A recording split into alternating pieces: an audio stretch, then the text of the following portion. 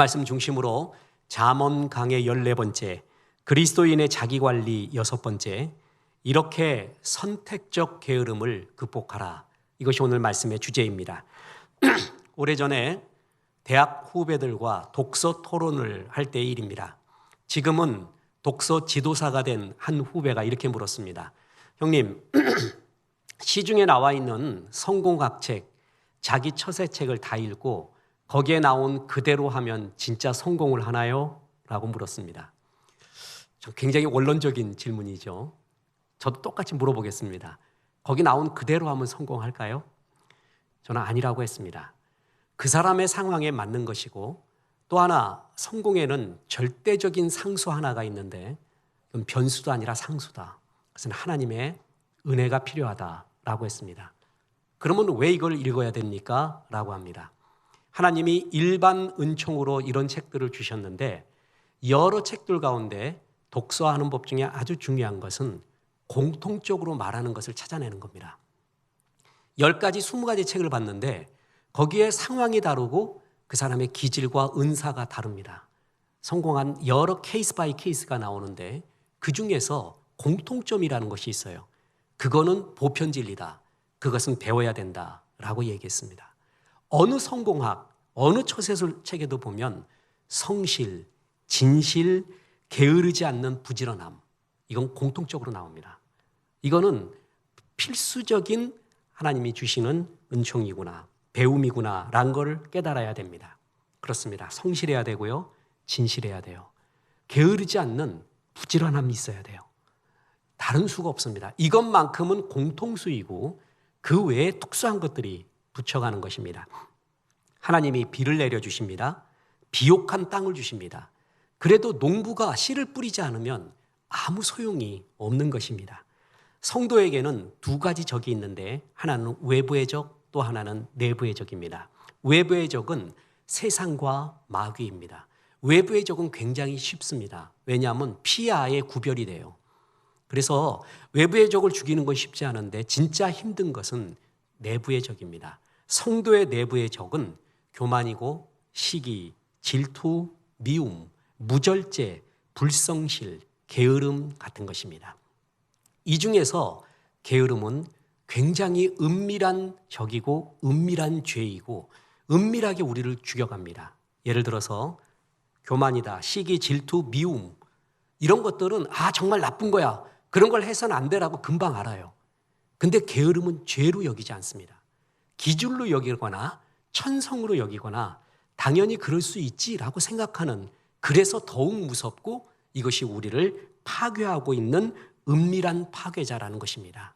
이 내부의 적 가운데 제일 무서운 것 중에 하나가 바로 이러한 게으름입니다. 하도 설교에, 성경 공부에 교만하지 말라, 교만하지 말라는 너무 많이 들어왔어요. 그래서 교만이라는 말만 들어도 성도님들은 경계를 합니다. 내가 교만한가? 교만은 여러 얼굴을 갖고 있거든요. 교만은 거만과 또 다릅니다. 이 교만하지 않으려고 되게 노력을 하는데 게으름은 아니라고 생각하는 거예요. 그래서 이 게으름 때문에 넘어지는 경우가 많이 있습니다. 시오노 나나미의 로마인 이야기 유명하죠. 그 9번째 책에 보면은 이런 구절이 나옵니다. 군주가 가장 두려워하는 것은 외적보다 내부의 적, 즉 자기의 왕위를 위협할 가능성이 있는 내부의 적이다. 뿐만 아닙니다. 역사학자 아놀드 토인비는 세계 지도에서 사라진 수많은 나라 대부분은 내부의 적에 의해서 멸망했다. 세계사를 봐도 제일 무너진 것은 내부 때문에 무너진 것이지 외부 때문에 무너진 경우는 많이 없다라는 것입니다. 중국의 사상가 중에 한비자라고 있습니다. 중국 전국시대 말기 한나라 출신으로 중국 법가를 대표하는 사람으로서 특히 진시황이 중국 통일을 할 때 통치를 위한 이론의 초석을 제공하는 아주 유명한 사상가입니다. 그가 왕에게 말해줬던 말 중에 유명한 것이 8간, 8가지의 간사한 사람, 8가지의 간사한 마음을 없애야 됩니다 하는 8간은 아주 유명합니다. 그러면서 측근, 내부의 적을 경계하십시오, 왕이요 라는 것을 강조했습니다. 그런데 말이에요, 아이러니컬하게 이 한비자는 가장 친한 친구였던 이사의 모함에 의해 죽게 됩니다. 이만큼 내부의 적이 무섭습니다. 그리스도인 내부의 적 중에 은밀한 적 같지 않은 적, 그래서 경계하지 않는 적, 그러나 나를 치명적으로 상처를 입히고 무기력하게 만드는 적이 뭐냐면 바로 게으름입니다. 근데 이 게으름은 더 엄격한 말로 그냥 게으름이라고 해서는 안 되고 오늘 말씀의 제목처럼 선택적 게으름이라는 말이 맞습니다. 게으른 사람도 모든 면에서 게으르지 않습니다. 선택적으로 게을러요. 예를 들어서 애들 공부도 안 하고 밥도 안 먹고 잠도 맨날 늦게 일어나고 이런 놈이 PC방만 가면 막 날아다니는 슈퍼맨이 됩니다. 그리고 만약에 거기서 컴퓨터가 고장이 나거나 그러면 난리부르스를 합니다. 빨리 고쳐내라고. 게으름은 모든 것에 게으르지 않고 선택적 게으름이에요. 이 선택적 게으름을 극복하는 방법, 오늘 하나님이 자기 관리를 위해서 너무 중요한 말씀으로 오늘 우리에게 말씀해 주십니다. 첫째, 알아야 되는 교훈은 게으름은 천성이 아니라 죄라는 것입니다. 자, 오늘 잠언 6장 6절 보세요. 게으른 자여, 개미에게서 가서 그가 하는 것을 보고 지혜를 얻으라. 9절에 게으른 자여, 내가 어느 때까지 누워 있겠느냐? 내가 어느 때에 잠을 깨어 일어나겠느냐? 하나님이 게으른 자 보고 게으른 건 천성이지 기질이지 네 모습대로 살아라 그러지 않습니다. 게으름이 나올 때는 항상 깨라고 말합니다. 항상 막 일으켜 세웁니다. 그 이유가 뭐죠? 게으름은 천성과 기질이 아니라 그것은 극복해야 될 죄라는 것입니다. 게으름에 대한 가장 큰 착각, 이것은 천성이다. 그렇지 않습니다. 게으름은 기독교 역사에 오래전부터 7가지의 큰 죄에 대한 전통이 내려왔습니다. 그것을 교황 그레고리가 성문화시키면서 오늘날에도 많이 회자되고 있는 것이 있죠. 7가지 죄악, 그 죄악 중에 들어가는 것이 게으름입니다. 죄라는 것입니다. 그만큼 우리를 파괴하고 있습니다. 초기에 청교도들이 행하는 신앙 고백 가운데 이런 말이 있습니다. 게으른 마음은 사탄의 공작실이다. 보통은 인간이 사탄에 의해서 유혹을 받지만 게으른 인간은 스스로 사탄의 유혹을 불러들인다. 게으르고 있으면은 사탄아 들어오라라고 초청하는 거와 똑같다는 거예요. 그리고 게으름으로부터 사탄의 모든 파괴 공작이 거기서부터 룸을 만들어서 미팅을 하면서 나를 파괴하고 이웃을 파괴하는 공작을 시작한다라는 것입니다. 한 달란트 받은 자, 그 자에게 주님이 했던 호칭을 기억하십니까? 악하고 게으른 종이었습니다. 보세요. 마태복음 25장 26절. 그 주인이 대답하여 이르되 악하고 게으른 종아, 나는 심지 않은 데서 거두고 해치지 않은 데서 모으는 줄로 네가 알았느냐? 악하고 게으른 종. 게으름은 악입니다. 죄입니다. 자, 왜 게으름이 죄일까요? 그것은 첫째로 하나님과의 관계를 멀어지게 하는 게 게으름입니다. 세계적인 정신분석학자이며 작가인 스캇 백 박사, 이분의 책은 많이 권고해 드립니다. 이분의 책 가운데 원죄에 대해서 기가 막히게 통찰력 있게 분석한 것이 하나 있습니다. 원죄를 뭘로 분석했냐면 게으름으로 분석했어요. 그러니까 원죄의 근본에는 게으름이 있었다는 거예요. 굉장히 뛰어난 통찰력입니다. 초창기에 아담과 하와가 에덴 동산에 있을 때 하나님과 소통이 너무 잘 됐습니다. 특히 하나님은 창세기에 보면 신인 동형론적 표현, 다시 말해서 하나님을 인간처럼 묘사한 표현에 의하면 하나님이 날이 서늘 때는 동산을 거니셨습니다. 또 쉬운 말로 뭐냐면 하나님과 인간이 언제든지 소통할 수 있는 아름다운 대화의 장이 에덴 동산이었다라는 것입니다. 그때 아담이 선악과의 유혹을 받았을 때 하나님께 한 번만 물으면 됐대요. 하나님, 사탄이 와서 선악과를 먹으라고 하는데 먹어도 될까요? 하나님은 분명히 선악과를 먹지 말라고 하셨는데 그 이유가 무엇이었습니까? 라는 것을 한 번만 물었어도 된다는 것이죠. 근데 묻지 않았습니다. 하나님께는 대화하거나 묻지 않았고 사탄의 이야기에는 진지하게 귀를 기울였습니다. 이게 뭐예요? 원죄의 근본이 됐다. 게으름이 원죄의 근원이다. 하나님께 묻지 않았던 게으름이 모든 파멸의 시작이었다는 것입니다. 굉장히 동의합니다. 우리가 무너지는 이유 중에 하나가 뭐죠? 예배 때, 성경 공부 때, 성경 통독 때 그토록 하나님의 말씀이 선포되고 염려하지 마라, 주님이 이렇게 말했다라는 것은 별로 생각하지 않고 내 속에 드는 자꾸 우울한 생각, 부정적인 생각, 누가 했던 말 이런 것들은 크게 들리고 그건 꽉 잡고 믿습니다 하고 앉았어요. 하나님께는 묻지 않고. 이게 나를 파괴하는 거 아니에요? 원죄의 근거도 뭐예요? 게으름이라는 것입니다. 사무엘 선지자가 마지막 선지자입니다. 그가 이제 왕정이 시작되면서 사울과 다윗에게 이제 기름을 붓게 되죠. 그러면서 뭐라 그러냐면 나는 기도를 쉬는 죄를 범하지 않겠습니다. 기도 쉬는 건 죄라고 말했어요. 그런데 너무나 아이러니하게요. 사무엘을 기름 부었던 그리고 그런 권명까지 했던 사무엘인데 사울과 다윗이 동일한 죄를 범합니다.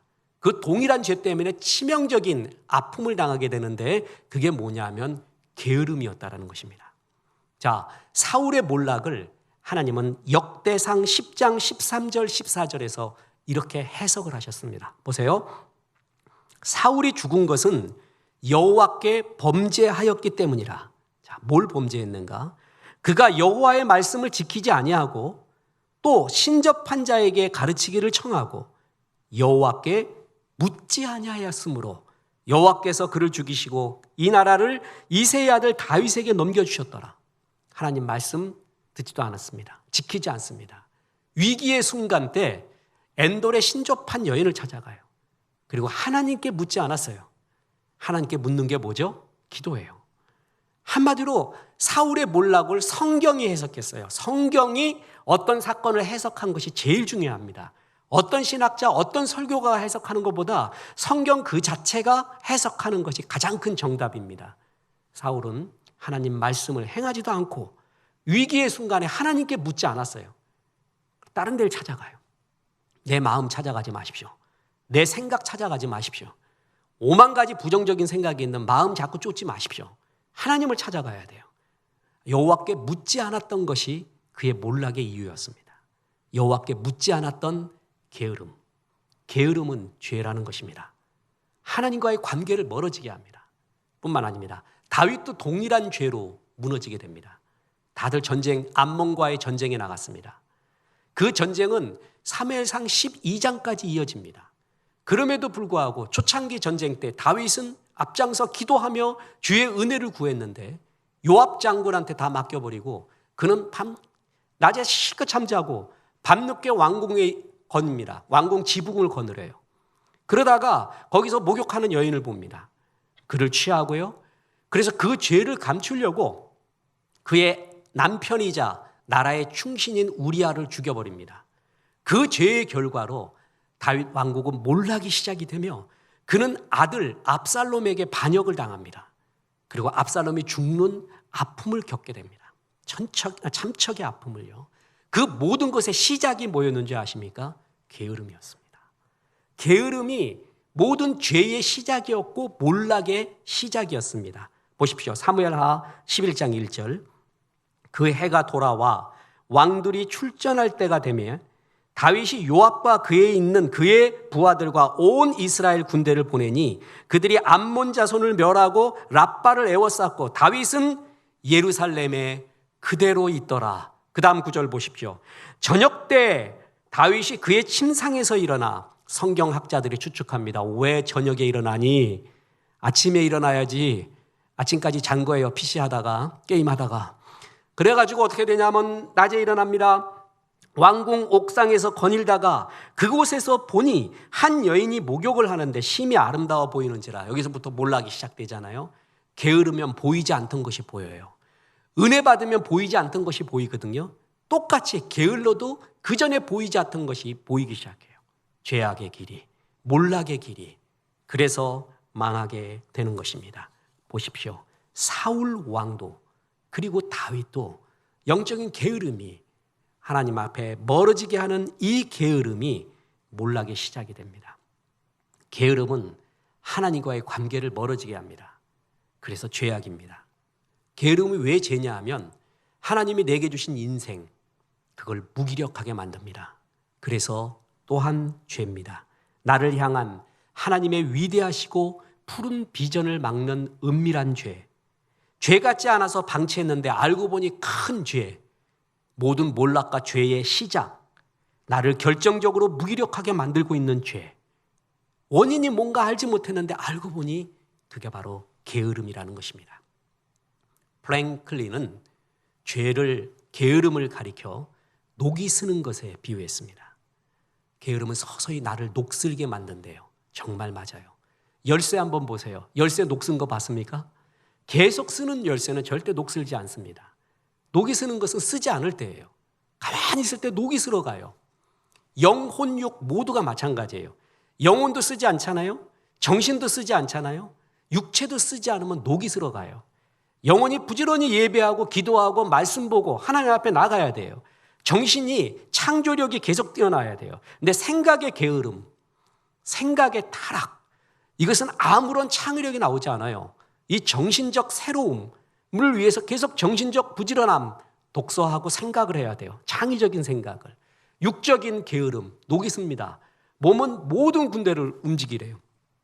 전 요즘 걷기를 하고 있는데 어느 걷기의 대가 유튜브를 하시는데 이래요. 걸을 때 이렇게만 걷지 말래. 이렇게도 걷고 이렇게도 걷고 옆으로도 걷고 뒤로도 걸으래요. 왜 그럽니까? 그랬더니 온몸을 써야 된대요. 온몸을.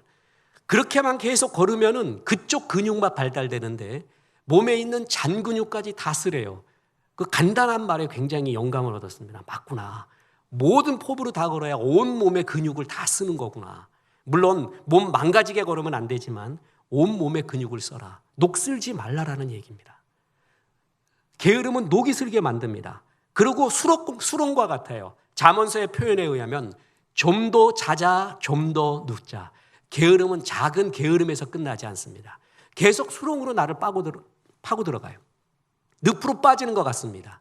점점 더 큰 게으름으로 나를 이끌어가서 녹이 슬고 점점 더 게으름 속으로 들고 갑니다. 그런데 문제가 뭔지 아세요? 죄같이 여겨지지 않습니다. 그래서 나를 몰락시키는 것입니다. 나를 무기력하게 합니다. 아까도 말했지만 게으름은 선택적 게으름입니다. 자기 좋아하는 것만 합니다.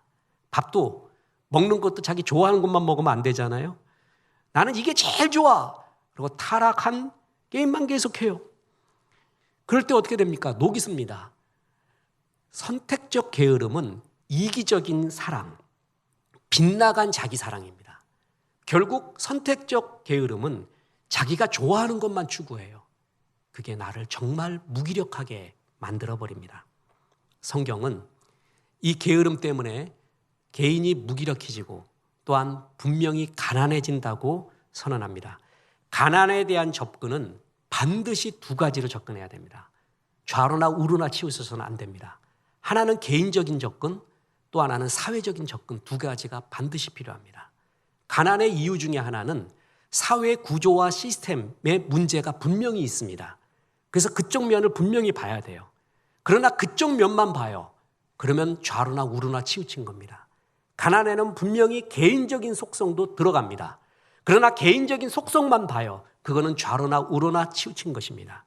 그러나 성경은 가난은 반드시 개인적인 게으름의 속성 때문에 일어나는 것이라고도 분명히 말하고 있습니다. 보십시오. 잠언 10장 4절에 손을 게으르게 놀리는 자는 가난하게 되고 손이 부지런한 자는 부하게 되느니라. 잠언 19장 15절에 게으름이 사람으로 깊이 잠들게 하나니 태만한 사람은 줄일 것이니라. 20장 4절에 게으른 자는 가을에 밭 갈지 아니하나니 그러므로 거둘 때에는 구걸할지라도 얻지 못하리라. 게으름은 내 개인을 무기력하게 만듭니다. 몰락하게 만들어요. 그래서 죄입니다. 뿐만 아니라 게으름이 죄인 또 하나의 이유는 이웃에게 피해를 주기 때문에 게으름은 죄입니다. 헬라어에서 이 게으름이라는 원어는 아케이디아라고 합니다. 아니다, not의 뜻이에요. 그 다음에 키도스는 돌보다라는 뜻이에요. 아케이디아는 뭐냐면 돌보지 않다, 무책임하다라는 의미입니다.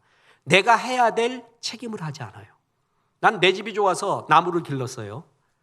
근데 그 나무를 케어하지 않아요. 돌보지 않았더니 이것이 가지가 담을 넘어 옆집으로 가네? 그래갖고 옆집이 주차도 못하고 난리 부르스를 하고 있어요. 내가 돌보지 않았어. 아케이디아 했어요. 게을렀어요. 내 게으름이 이웃에까지 피해를 주는 것입니다. 미국살이 할 때 잔디를 깨끗하게 깎는 걸 보지 않습니까? 미국 사람들 정원 있을 때는 잔디 깎는 게 일입니다. 다들 기계 사다 놓고 잔디 깎잖아요. 잔디를 깎을 부지런함과 능력과 힘이 안 되면 기르지 말라라는 말이 있을 정도로 잔디는 깎는 것이 굉장히 중요합니다. 우리 집 잔디 깨끗한데 옆집 잔디가 깨끗하지 않고 잡초만 나 있어요. 그 잡초 씨앗이 날아옵니다. 보기도 안 좋습니다. 그래서 이웃에 대한 최고의 예의 중에 하나가 내 집의 잔디를 깨끗하게 닦는 겁니다. 내가 게으르면 이웃이 피해를 보게 됩니다. 오늘 개미 얘기하지 않습니까? 개미와 배짱이 얘기, 너무 유명한 얘기 아니에요? 나중에 겨울 돼서 배짱이가 노래만 부르고 있다가 여름 내내 개미에게 피해를 줍니다. 시인 타고로는 이런 말을 했습니다. 자기가 맡은 일을 게을리하는 자는 남의 물건을 빼앗는 자보다 더 나쁘다. 왜냐하면 그런 사람이 자기의 일을 게을리함으로써 다 하지 못한 일은 결과적으로 남이 해줘야 되기 때문이다. 일을 할 때 말이에요. 이중장치라는 게 있습니다. 굉장히 중요한 일을 이 사람한테 맡겼는데 이 사람이 미덥지가 않아요. 그래서 이 사람한테 맡길 때는 꼭 이중장치를 해야 돼. 빵꾸 날 가능성이 있으니까 이중장치를 해서 일을 맡긴다고 쳐보십시오. 얼마나 피곤하고 얼마나 비효율적입니까? 그 사람하고는 같이 일을 못합니다. 내가 이중장치를 해야 될 사람이라면 남한테 정말 피해를 주는 것입니다. 나의 게으름이 이웃의 피해로 곧바로 이어지게 됩니다. 그래서 게으름은 죄입니다. 게으름은 천성과 기질이 아닙니다. 하나님과의 관계를 멀어지게 하고 내 생을 무기력하게 하고 이웃에게까지 피해를 주는 죄라는 것이죠. 이런 이야기가 있습니다. 어떤 한 게으른 사람이 부지런한 사람한테 돈을 빌렸습니다. 그런데 돈을 빌렸으면 갚아야죠. 갚을 능력이 지금 안 되면 갚을 능력이 되는 모습을 보여줘야죠. 마음과 자기 행동으로 말해요. 그죠? 근데 마음도 없고 행동도 없는 거예요. 그래서 이 채권자가 너무 답답해서 채무자에게 갔습니다. 아니, 아무리 그래도 돈을 빌려갔으면 갚을 생각을 하고 갚을 노력을 해야지. 당신 너무하지 않소? 그러니까 이 채무자가 이렇게 말합니다. 저도 해결할 묘안이 없을까 늘 골몰하고 있습니다. 세 가지를 생각하고 있는데 어느 한 가지도 뜻대로 되지 않아서 지금 갚을 길이 없습니다. 그랬어요. 그래도 이 사람이 생각은 했구나. 그래서 무슨 생각했어? 라고 물어봤더니 좀 곤란하지만 말씀드리겠습니다. 첫째는 돈을 빌려준 이가 갑자기 죽어버렸으면 좋겠다라는 것이고, 둘째는 돈을 빌릴 때 적어준 차용 증서를 빚쟁이가 잃어버렸으면 하는 것이고, 셋째는 길을 가다가 우연히 금덩어리를 주셨으면 좋겠다 하는데 세 가지가 다 안 이루어지고 있습니다. 이렇게 말해요. 좀 미쳐버릴 노릇입니다. 게으른 사람은 생각도 게으릅니다. 말도 안 되는 생각을 하고 앉았습니다. 이웃에게, 하나님께, 내 자신에게 모두 피해를 주는 게으름은 은밀한 대적자 죄라는 것입니다. 자, 이제 중요한 결론이자 중요한 교훈이 있습니다. 이 선택적 게으름을 극복하는 법, 고치는 법이 두 가지가 있습니다. 첫째는 비전을 쫓아라. 둘째는 작은 승리부터 시작하라라는 것입니다. 첫째는 비전을 쫓아 살아야 됩니다. 게으름은 천성이 아니니 고칠 수 있습니다. 성경은 게으름을 고치는 처방의 본으로서 오늘 본문에 계미를 제시합니다. 계미는 그 근면함은 하나님 창조주의 기대를 반영하고 있기 때문에 그렇습니다. 왜냐하면 우리 창조주 하나님은 참 근면하고 일하시는 하나님입니다. 뭘 보면 알 수 있냐면 창조와 섭리를 보면 압니다. 하나님이 게으렀으면 창조하지 않습니다. 하나님은 그 넘쳐나는 흘러넘치는 선, 흘러넘치는 그 아름다운 풍요로움을 창조의 사역에 쓰셨습니다.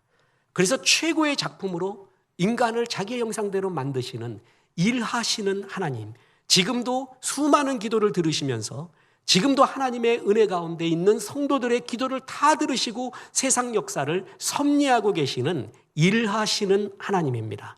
그래서 하나님의 형상대로 인간을 만들 때 일하는 인간으로 만들었어요. 에덴 동산 만들고 아바드하라, 잘 섬기고 경작하라, 잘 다스리라. 그래서 다른 영물한테는 주지 않았던 하나님의 지혜를 아담에게 줬어요. 다스리기 위한 능력으로 말이에요. 그래서 에덴 동산을 잘 지키고 다스려야 되는 일하는 사람으로 우리를 창조한 거예요. 그 일하는 하나님의 모습을 가장 잘 반영하는 것이 바로 개미라는 것입니다. 근데 이 개미에 열심히 일하는 특성이 있습니다. 보십시오. 잠언 6장 6절에서 8절까지 보면 게으른 자여 개미에게 가서 그가 하는 것을 보고 지혜를 얻으라. 개미는 두령도 없고 감독자도 없고 통치자도 없으되 먹을 것을 여름 동안 예비하며 추수 때의 양식을 모으니라. 개미의 특징이 뭐죠? 비전지향적이라는 것입니다. 사람 중에 사람 만날 때 제일 멋있는 사람이 뭔지 아세요? 저 사람하고 정말 같이 있고 싶다. 막 얘기하고 싶고 여름날 시원한 얼음 냉수 같다라는 부류가 있어요. 두 가지를 갖고 있는 사람이에요. 의미지향적인 사람, 비전지향적인 사람. 이 사람들은 정말 만나고 싶습니다. 돈지향적인 사람이 있거든요. 그 사람은 편하긴 해. 이 사람은 돈만 주면 돼. 돈만 주면 마음도 주고 뭐도 주고 다 줘요. 근데 의미지향적, 비전지향적인 사람은 돈 갖고 안 됩니다. 그 사람들한테는 의미가 필요해요. 비전이 필요해요. 이 사람들은 잘 넘어오지도 않습니다. 근데 진짜 내가 비전과 의미가 있어야 돼요. 그래야 통해요. 그래서 가장 아름답고 멋진 사람이에요. 이 개미가 보세요. 6장 8절 보세요. 먹을 것을 여름 동안에 예비하며 추수 때에 양식을 모으니라. 그가 열심히 일하는 비전이 있습니다. 곧 겨울이 온대요. 그 겨울에 대비하는 겁니다. 그는 철저하게 비전지향적인 영물입니다. 바로 비전 소명. 우리 교회 이름이 강남 비전교회입니다. 비전이라는 말을 발음만 하고 설교하고 이야기할 때 설교자인 제가 진짜 가슴이 뜁니다. 소명, 비전은 모든 그리스도인에게 100% 주신 것입니다. 예외가 없습니다. 성령 받은 그리스도인은 100% 하나님의 소명을, 비전을 다 받았습니다. 목사님 그건 잘 모르겠는데요.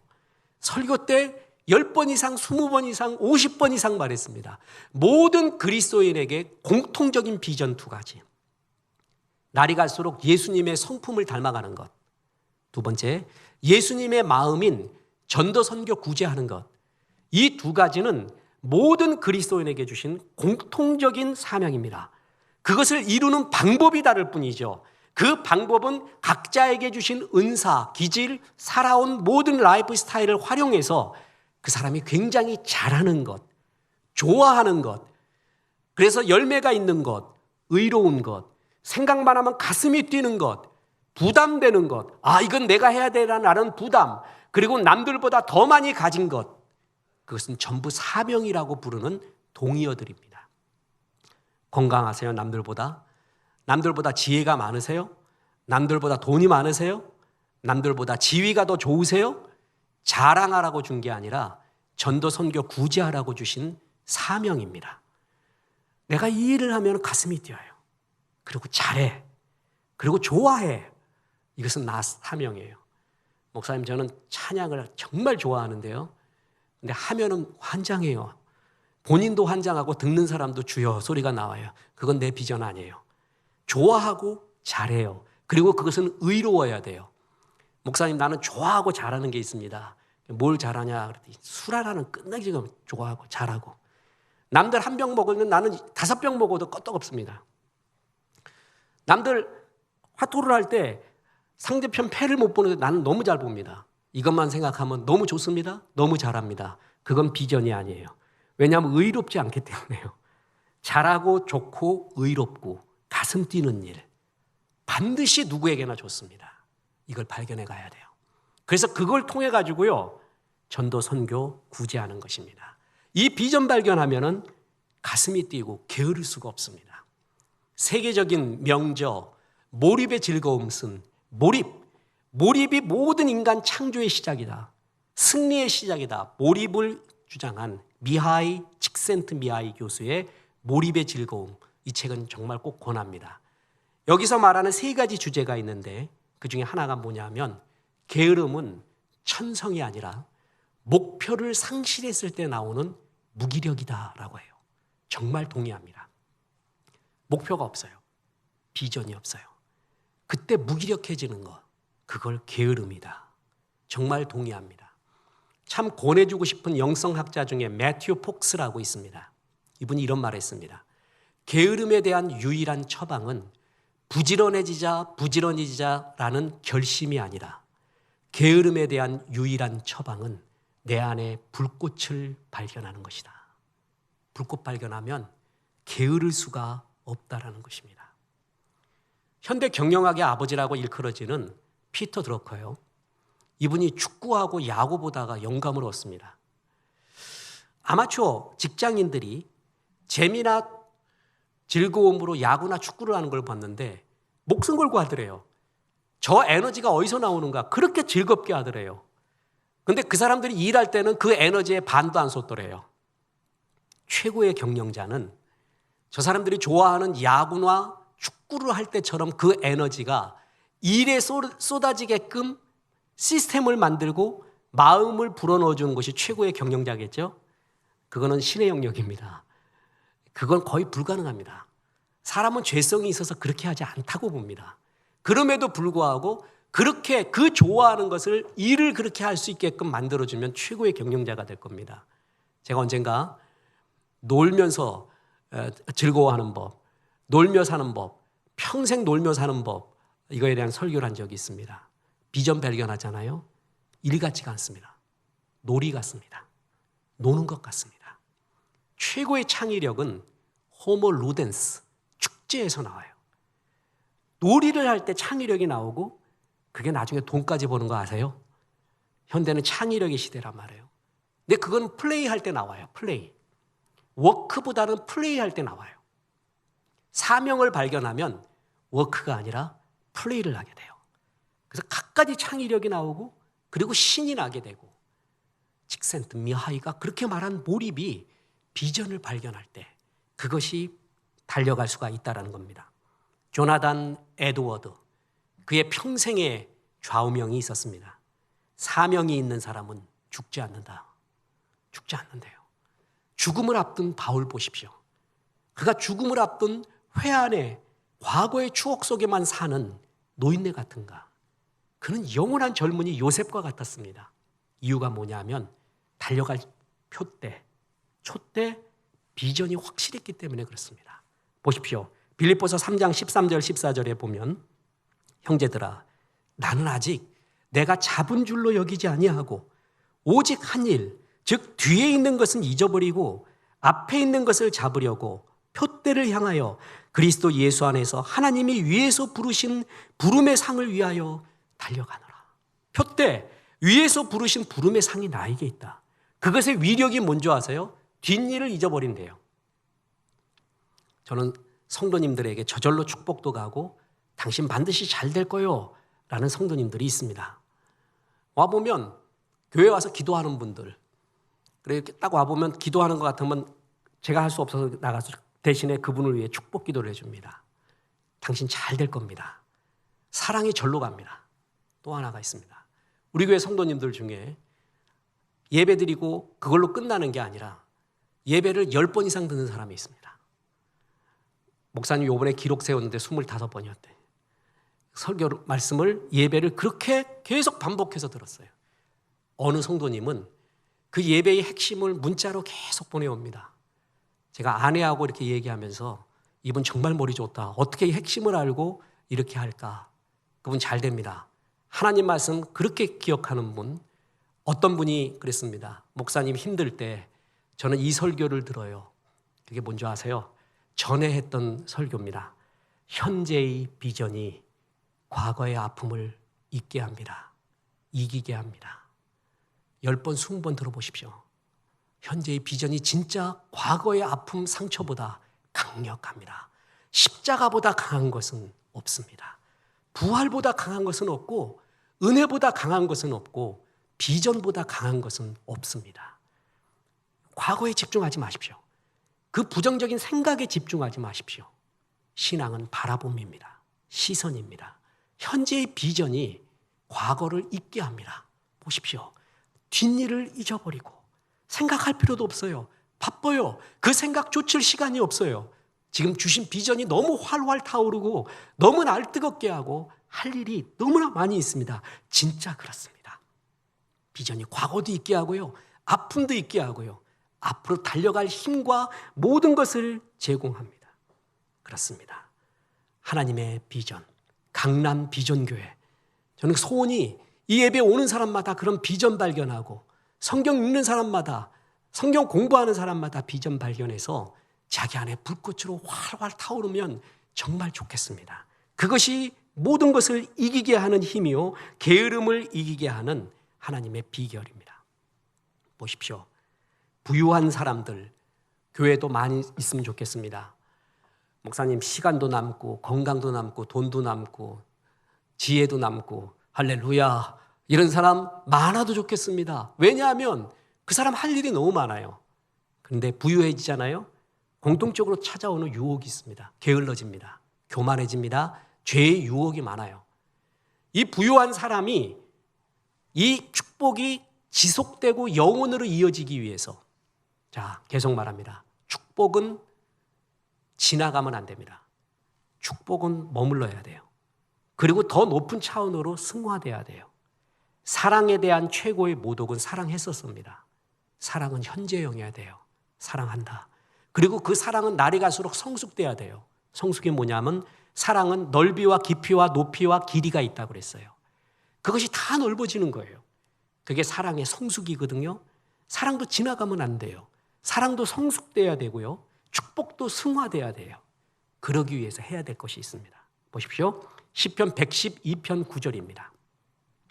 그가 재물을 흩어 빈궁한 자들에게 주었으니 그의 의가 영구히 있고 그의 뿔이 영광 중에 들리리로다. 전도 선교 구제하잖아요. 그러면 하나님의 축복이 의가 그에게 영구히 있고 그의 뿔이 더욱 영광 중에 들리로다. 주님이 약속을 합니다. 그래서 하나님께서 내게 더 많이 주신 것이 있어요. 어떤 사람은 건강이에요. 어떤 사람은 지혜예요. 어떤 사람은 물질이에요. 더 많이 주신 것은 전부 사명입니다. 그걸 가지고 전도하고 선교하고 구제하는 데 쓰십시오. 그러면 너의 그 더 많음이 너에게 더욱 머물 것이요 너의 영광이 삶의 기쁨이 생명이 뿔같이 더욱더 들리리로다. 저는 이것이 정말 하나님이 우리에게 주신 비전을 쫓을 때의 영광임을 정말 믿습니다.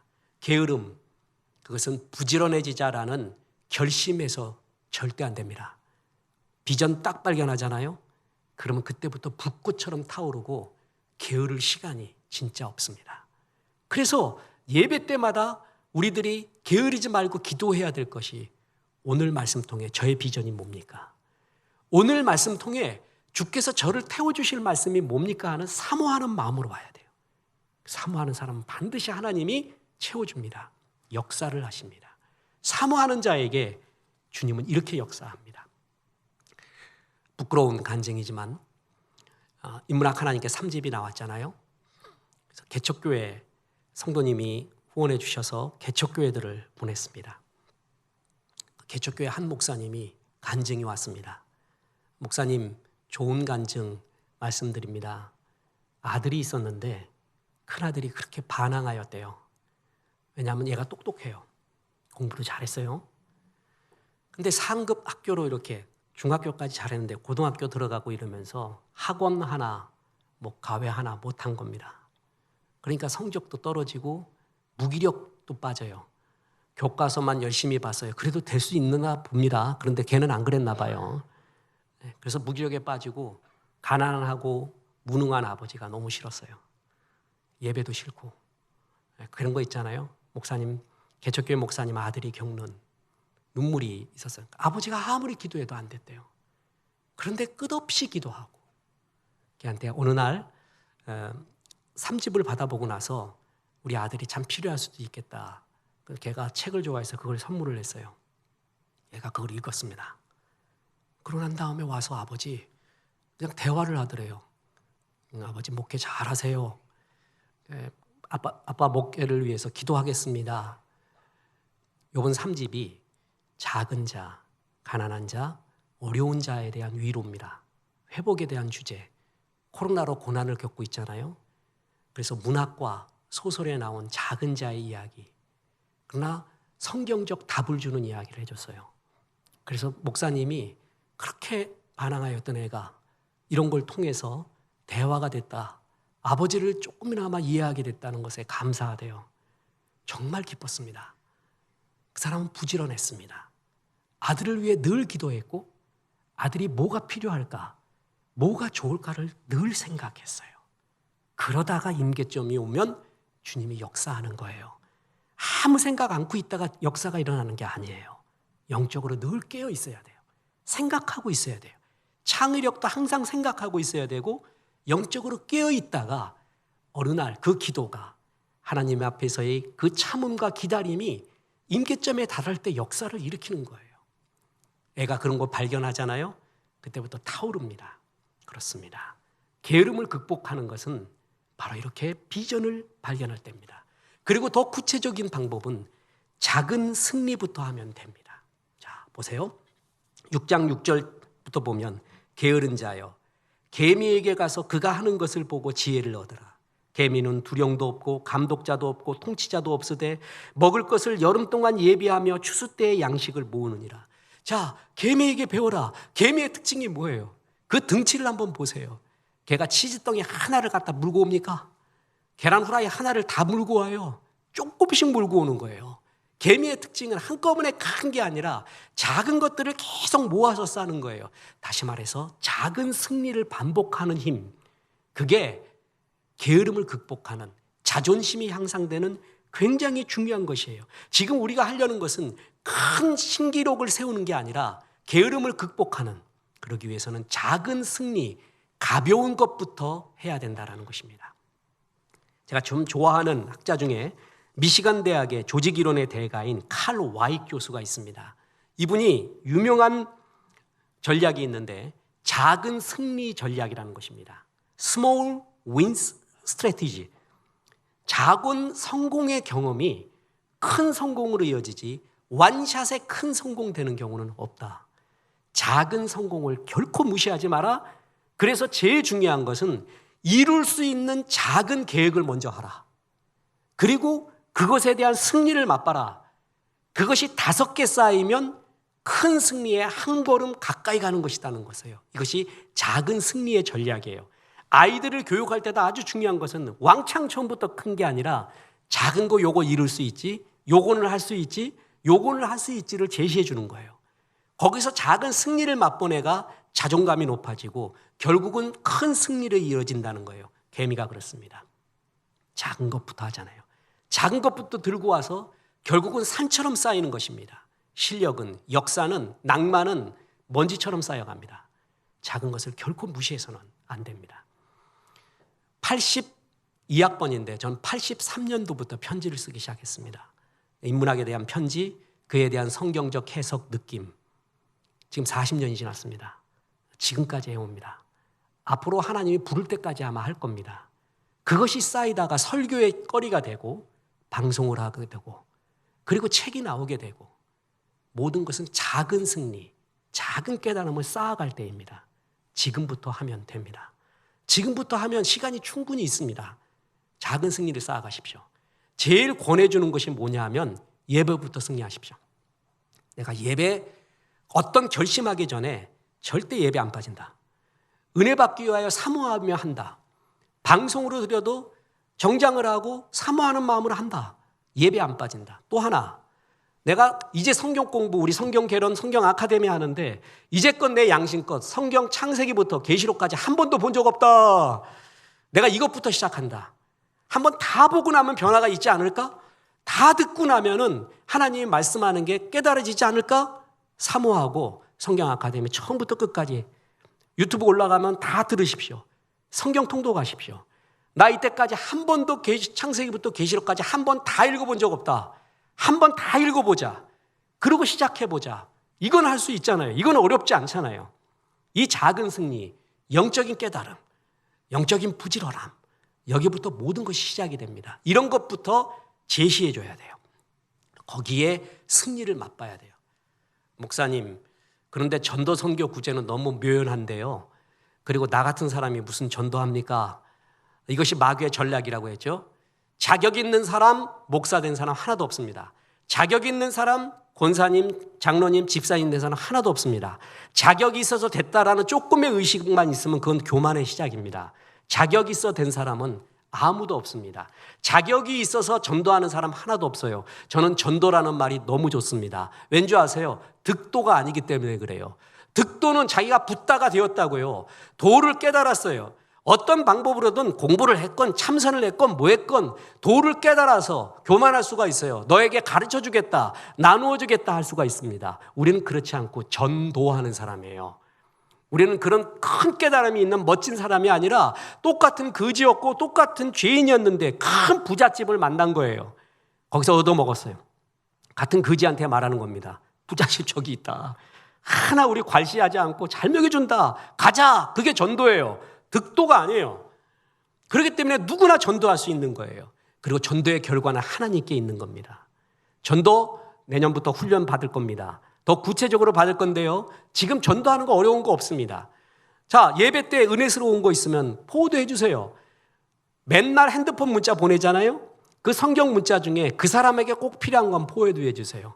겨자씨 보내고 있죠. 인문학 하나님께 보내고 있죠. 그 중에 하나라도 걸릴 거예요. 하나라도 내 상황에, 이웃의 상황에 맞을 거예요. 그거 보내주면 돼요. 그리고 그 깨달음, 그 부지런함을 계속 유지하세요. 그러다가 어느 날 역사가 일어나는 거예요. 게으른 자에게 역사는 결코 안 일어납니다.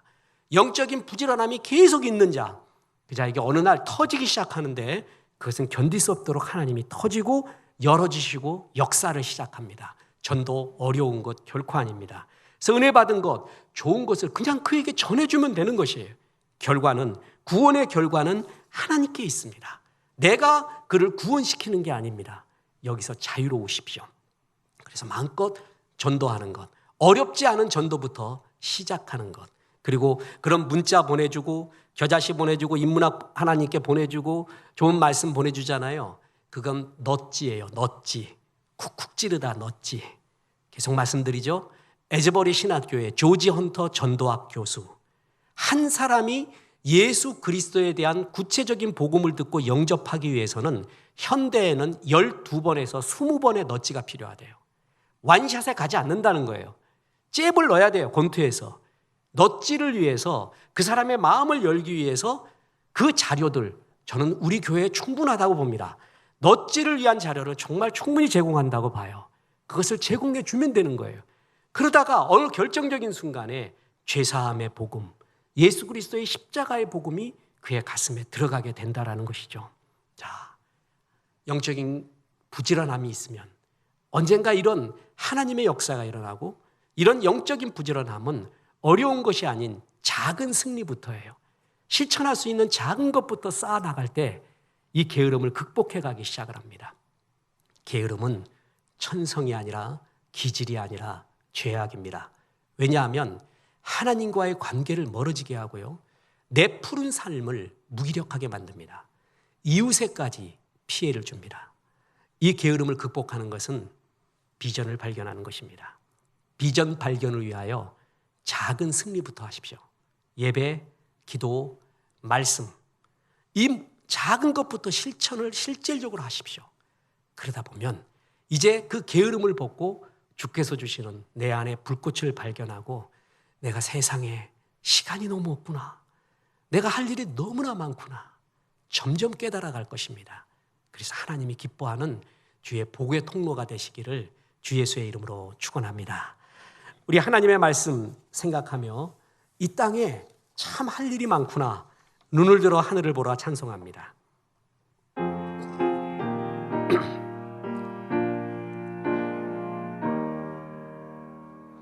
눈을 들어 하늘을 보라.